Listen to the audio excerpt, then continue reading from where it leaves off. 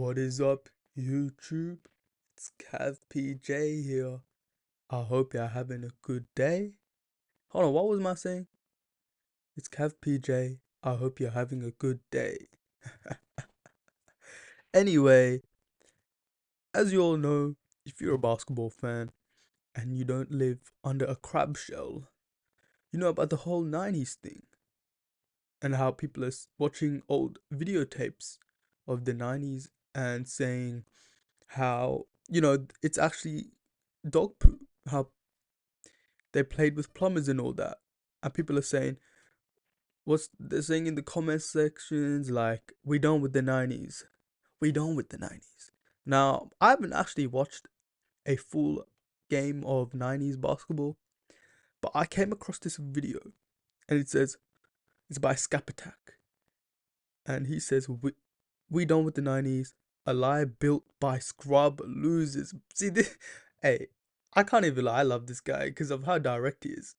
In my last video, I had like a few people in the comment sections who were really butthurt. Like they were really, really butthurt. I was dying.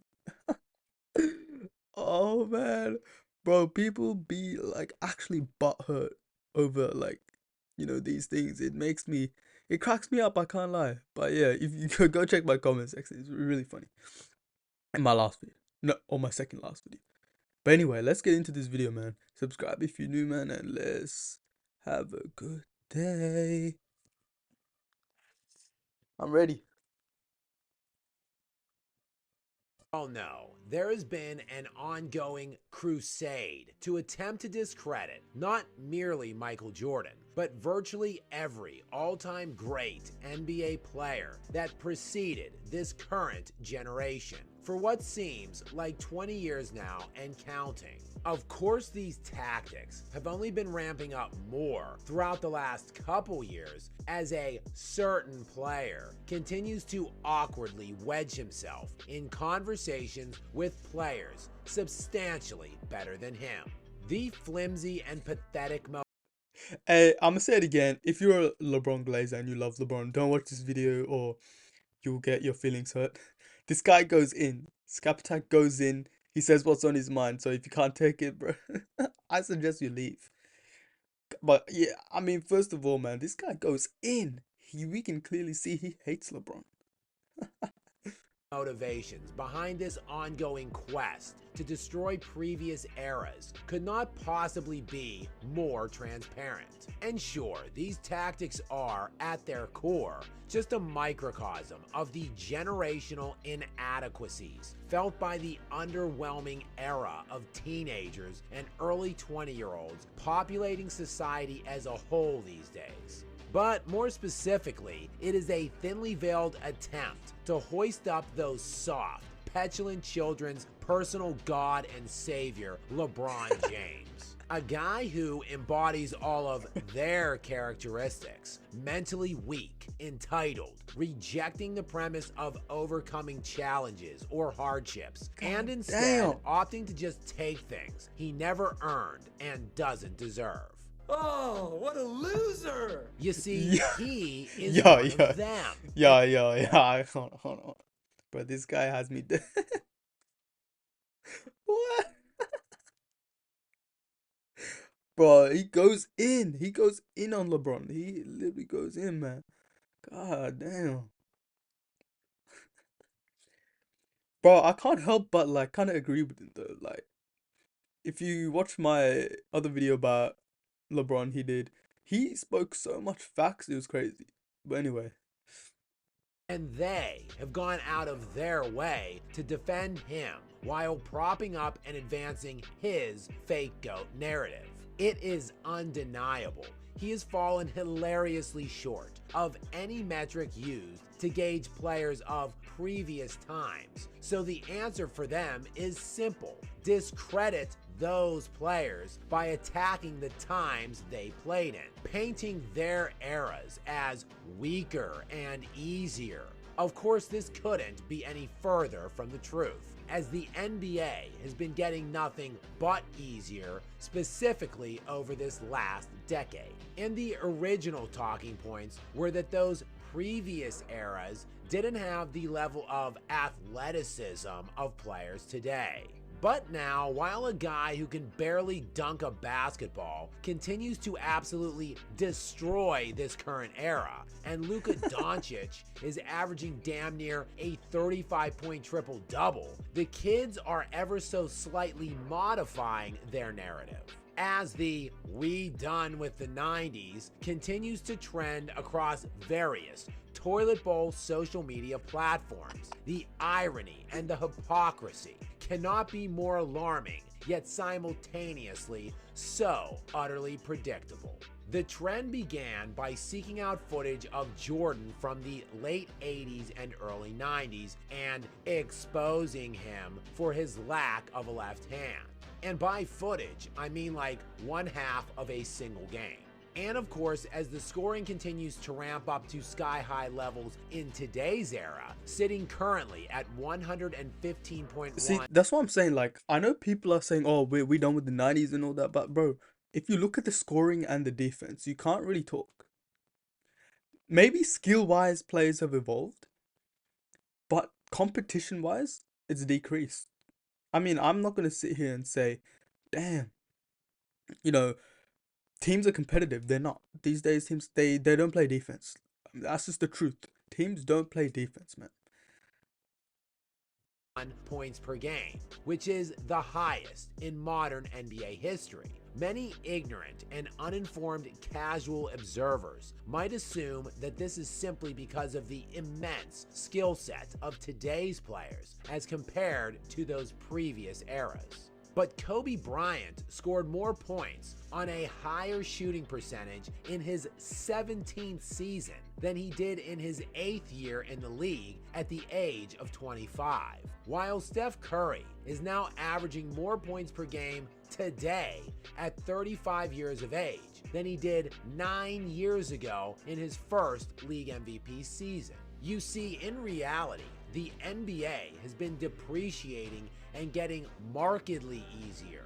But don't take my word for it, take it from Luka Doncic, who on the surface of things is currently having a historical individual season this year, averaging 35 points per game, 10 assists, and 9 rebounds. He is currently leading the league in scoring per game and is third in assists right now. And quite frankly, none of this should come as any surprise, as by just the age of 20 in his second NBA season, Doncic was already dropping a nightly line of 29 points, 9.5 rebounds. See, that's crazy. Coming as a 20-year-old, dropping that in the NBA, I mean, that's insane to me. 28 points, 9 rebounds, 8 assists. I mean, god damn, 20 years old? Like, that's cooked. Like, where's the defense? And 9 assists. But Luka, in his final professional season in the EuroLeague prior to being drafted into the NBA, averaged just 16 points per game. Oh sure, he just must have been getting that much more skilled since he was drafted in the NBA.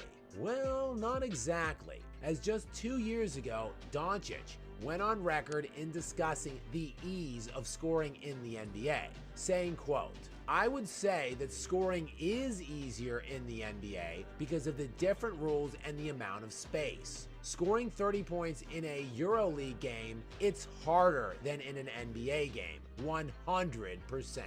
And that brings us to the self-proclaimed king, the media creation, the guy for which this ignorant and hypocritical "we done with the 90s" trend began in the first place. You see, in the 90s, where average nightly scoring was roughly 15 points below what it is today, there was actually such a thing as defensive opposition, restriction to the basket, and lack of free movement around the court. And yet, despite the unprecedented ease of scoring resulting in the historical point explosion, where Nikola Jokic is setting all-time records for advanced analytic efficiency, LeBron James was still incapable of shooting any higher than 37% for his career on anything but layups and dunks. It's a complete crap. The all-time turnovers king, boasting nearly 600 more than second place in that field, also has missed nearly 500 more shots in the playoffs than anyone ever. But make no mistake, the underlying reason these scrub influencers have to crawl on TikTok to push their lies in a tapestry of feces, resulting in this most recent "we done with the 90s" push, isn't because of all of those playoff misses by the I'm seeing all this. He's right, all this stuff on TikTok, and like, while look, it's okay to have your own opinion, yeah. Like, that's an opinion. Like the "we done with the 90s" movement, that's an opinion. I feel like a lot of people are not looking at it through this guy's lenses, so that's why I'm looking at this in this guy's lenses, because this guy speaks like low key, like, you know, shows the facts. So I feel like it's good to have one side of the opinion and the other side of the opinion. I think my side is obviously the other side, um, of the "we done with the 90s" movement, solely just because I just respect defense and more competitiveness, and like when you do compare it, like the physicality, has gone down. You can't touch a player. So all these things, all these little things add up to less defense nowadays. And as Doncic said, it's much easier. Like he said it himself, it's easier to score in the NBA than in the EuroLeague. So that, it proves a point. But just because people are saying we're done with the 90s movement, that's just the opinion. Do you know what I mean? And like, people need to not be getting so butthurt over like these things. Like, people get in their feelings so much. Guys, it's just a sport. Like, let's relax, chill. bagless one, just primarily all of those misses in games and situations that mattered most. So here's your reminder, scrubs. In the final 25 seconds of the fourth quarter or overtime in his playoff career, on potential game-tying or go-ahead shots, Michael Jordan was 10 of 19 overall.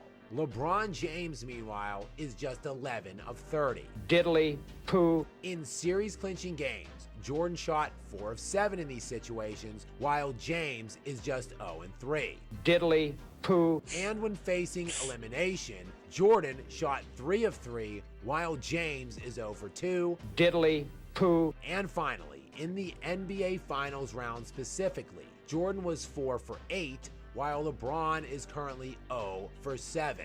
It's a complete crap. And again, let us not forget about the Brick King's tiny performance in the clutch time during the NBA Finals, where in the final 2 minutes of one-possession games, LeBron is shooting just 8 of 29 for his career, while his teams are only 10 and 11 in those games. So do not be fooled or lose sight for the real impetus behind this latest trending bit of nonsense. The true reason that the 90s and various other eras remain under fire by this current generation is because of their overwhelming, humiliating desire to overcompensate for their loser heroes' inadequacies that they themselves so closely identify with. Damn.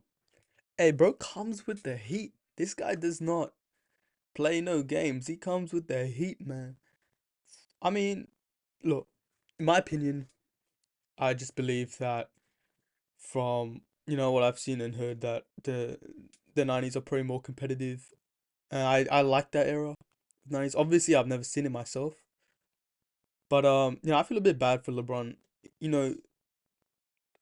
know, he has a lot of haters and stuff, and obviously he's done a lot for the sport, but I will say, for me personally, he's complaining, his kind of lack of shooting and all that. I don't know. It's just I don't get the aura from LeBron. It's just vibes in that. Vibes in that for me. Like, I have the vibes, and I don't get the vibes from LeBron, even though he's an amazing player, and been to the finals 10 times, and what, he only won 3 or 4? 4, right? Which is kind of crazy. I would have wanted, maybe if I was in his position, I would have wanted to win like 7 out of the 10, but that's tough. Anyway, I just get, when you hear the name Michael Jordan, man, I don't know, aura, vibes, all that. That's just me personally. And if you can't handle someone's opinion, click off the video, man. That's all I'm gonna say. But we are close to 1K subs, so subscribe if you're new. And I'll catch you guys in the next video. Umida uma, para belos tiempo. Si te sumi sumi na, para belos tiempo.